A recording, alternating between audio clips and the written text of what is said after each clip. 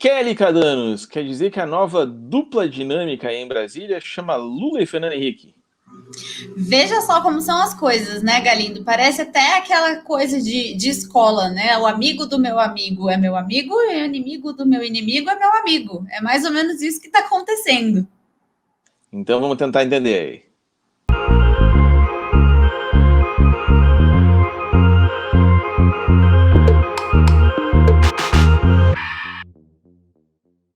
Olá, estamos aqui em mais um Anexo 5, eu aqui na fria Curitiba, 4 graus nessa madrugada última.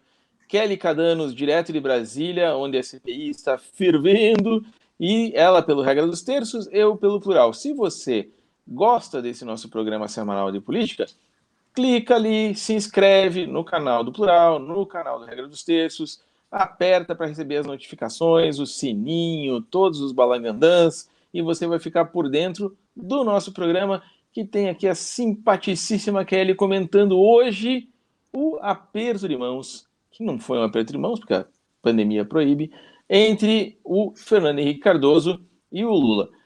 Kelly Cadanos, para quem só acompanhou os últimos 30 anos da política brasileira, pode estar achando estranho esses dois do mesmo lado, né? Eles passaram muito tempo se bicando, disputando eleições um contra o outro. PT e PSDB foram, durante muito tempo, as duas grandes forças eleitorais no país, e agora parece que resolveram fazer as pazes. É como você disse, assim, para derrotar um inimigo comum vale tudo? Pois é, Galindo, que se para quem só acompanhou a política nos últimos 30 anos está confuso, imagina para quem só acompanha a política de 2018 para cá, né? Não está muito acostumado com essa civilidade toda, né? Entre adversários políticos, principalmente, né? Como é o caso do Lula e do FHC. Mas, né, os dois têm sim um histórico aí de lutarem no mesmo lado, de estarem ao mesmo lado, e em outras primaveras, né, outros carnavais, digamos assim. Claro que a partir ali da redemocratização, cada um foi para o lado, o PSDB foi para um lado, o PT foi para o outro lado, eles acabaram, sim, sendo os principais adversários nas últimas eleições presidenciais, com exceção dessa de 2018, mas é aquela coisa, né? A gente está vendo uma situação muito delicada no país, né? O presidente Jair Bolsonaro perdendo popularidade, a pandemia chegando aí no auge, né? Quase 500 mil mortes por conta da Covid-19. Então, alguém tem que fazer alguma coisa, né? Então, que bom que eles estão começando a pensar isso juntos, né? Significa que tem espaço para diálogo, né? Não só entre PT e PSDB, mas também entre outros partidos, né? Para a gente tentar aí a tão sonhada terceira via, quem sabe, né? A gente sempre fala sobre essa cisão entre PT e PSDB como se fosse uma coisa dada desde sempre, né? Mas o Ricardo Medeiros, o nosso norte aqui, nosso editor de opinião aqui no Plural, e que é um cara que acompanha muito a política nacional, sempre diz que a grande tragédia da esquerda brasileira foi a eleição de 94, quando o Fernando Henrique e o Lula não conseguiram chegar a um acordo, e o Fernando Henrique, que na época era ministro da Fazenda e estava com tudo para ser eleito presidente, como acabou sendo, ao invés de fechar um acordo à esquerda, acabou correndo para a direita e fechou um acordo com o PFL, na época, atual Democratas, né? E podia, de fato, né? O Fernando Henrique sempre foi um sociólogo, um intelectual que era típico daqueles que apoiavam o PT, que tinham uma trajetória de crítica ao capitalismo, enfim, a dependência, né? Como era a teoria do Fernando Henrique na época. Tudo podia ter sido diferente, né? Será que agora é tarde demais para conseguir criar essa frente ampla? Porque o PSDB hoje em dia é outra coisa, né?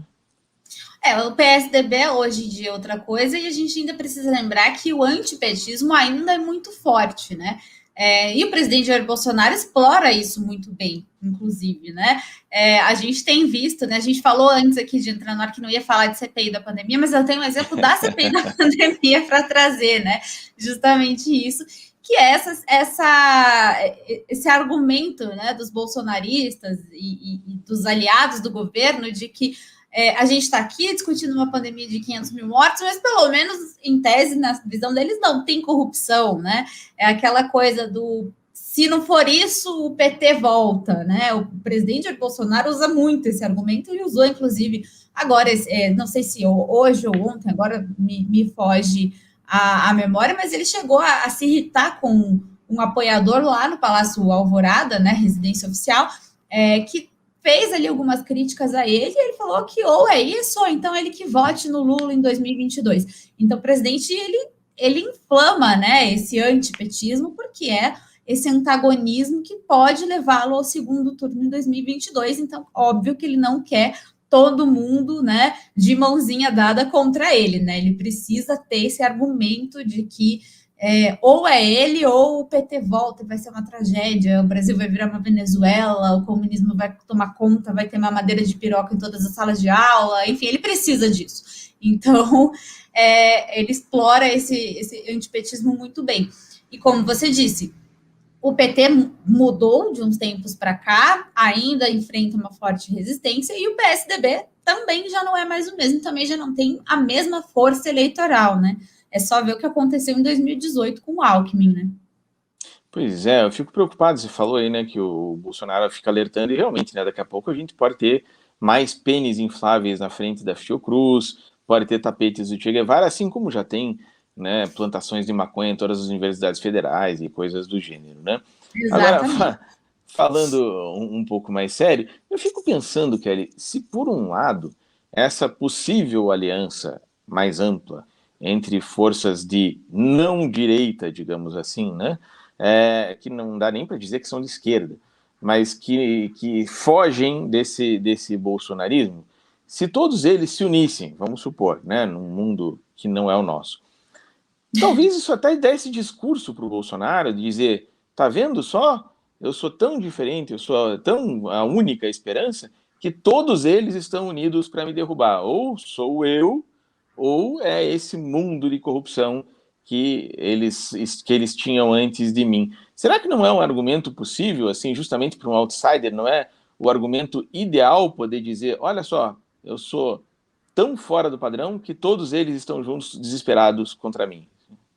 Eu acho que até poderia ser um argumento bom, né, politicamente falando, né, eleitoralmente falando, se a gente não estivesse no caos em que a gente está, né? Se o presidente Jair Bolsonaro realmente tivesse feito um governo, né, tivesse efetivamente apresentado propostas, feito alguma coisa, né, feito qualquer coisa, enfim, de bom, né, de decente pelo país, eu acho que seria um argumento, mas não é o caso, né? O presidente Jair Bolsonaro não só não conseguiu atender quase nenhuma das plataformas dele de campanha, como não conseguiu melhorar a segurança pública, não conseguiu melhorar a economia, não conseguiu combater o coronavírus. Então, nesse cenário, eu acho que todos estarem contra ele, eu acho que não é exatamente uma coisa que ele pode usar na campanha, né? Afinal de contas, ele também não tem muito o que mostrar, né? Muito que ele tenha feito para mostrar que ele é uma alternativa viável, enfim, ele vai continuar pregando para os convertidos, né? Para esse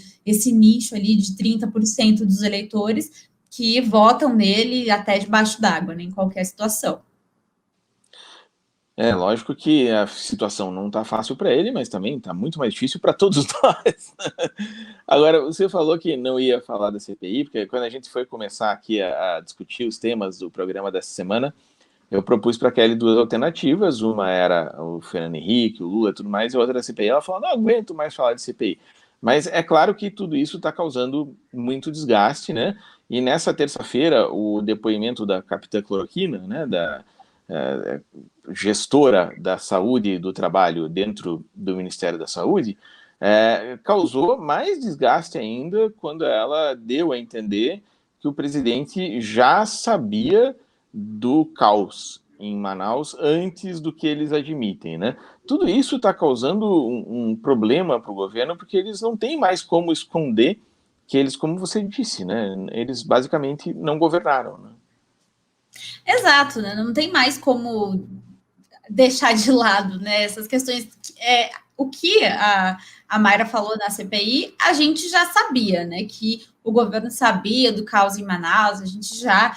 eu mesma já fiz matéria sobre isso, mostrando que o governo recebeu pedido de ajuda, ficou sabendo antes, dias antes, de faltar efetivamente oxigênio em Manaus, e não tinha feito nada.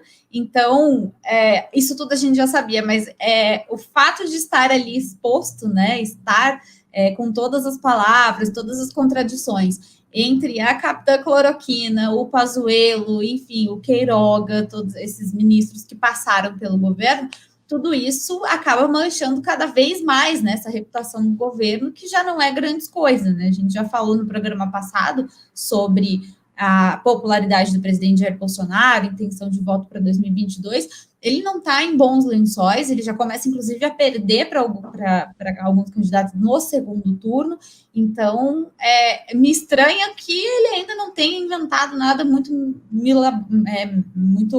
mirabólico, né, para desviar a atenção da CPI, porque realmente a coisa está ficando cada dia mais feia na CPI, né? Hoje me chamou a atenção, inclusive, que eu estava assistindo ali. Eu falei que eu estava num detox de CPI, mas na hora do jornal do meio-dia eu estava assistindo, e aí passou a CPI, me chamou a atenção que os senadores já não usam mais uma placa com o nome para identificá-los, né?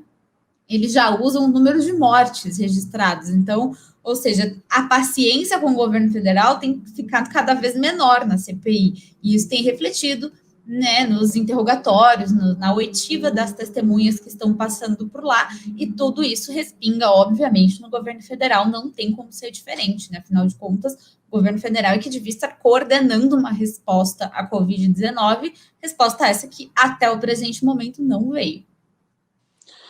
Kelly Cadanos, a gente vai vendo aí finalmente então a formação de uma frente, talvez, né, de centro-esquerda, o Ciro Gomes cada vez mais sendo escanteado, né, e na verdade dominado pela força que o Lula tem, e tudo isso vai formando um cenário em que a gente tem duas candidaturas que parece que vão polarizar mesmo a eleição do ano que vem. De um lado, Jair Bolsonaro, de outro, o Luiz Inácio Lula da Silva.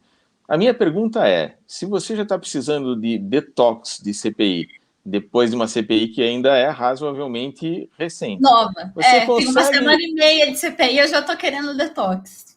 Imagina 1 ano e meio de campanha entre PT e Bolsonaro, como é que você vai estar em outubro de 22? Olha, se eu ainda estiver com todas as faculdades mentais em dia, eu já vou dar graças a Deus, né? Porque não vai ser fácil. Não vai ser fácil, não vai ser fácil para todo mundo e vai ser mais difícil para quem tem que tentar entender e explicar tudo isso.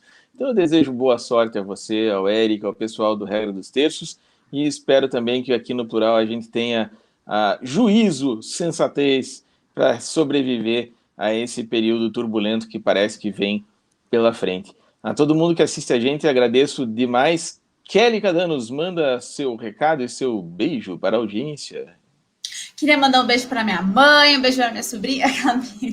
Queria agradecer todo mundo que participa aqui com a gente. Não esqueça de deixar o seu comentário, ativar as notificações e se inscrever nos 2 canais, no Regra dos Terços e no Plural. Assim você sempre vai ficar sabendo toda vez que aparecer algum vídeo em um dos 2 canais. Então não esqueça, tem que ativar o sininho dos 2. É isso aí, falou muito bem falado, e é por isso que eu tenho honra e orgulho de ter como parceira aqui nesse programa a senhora Kelly Cadanos. Kelly, voltamos na semana que vem. Até lá!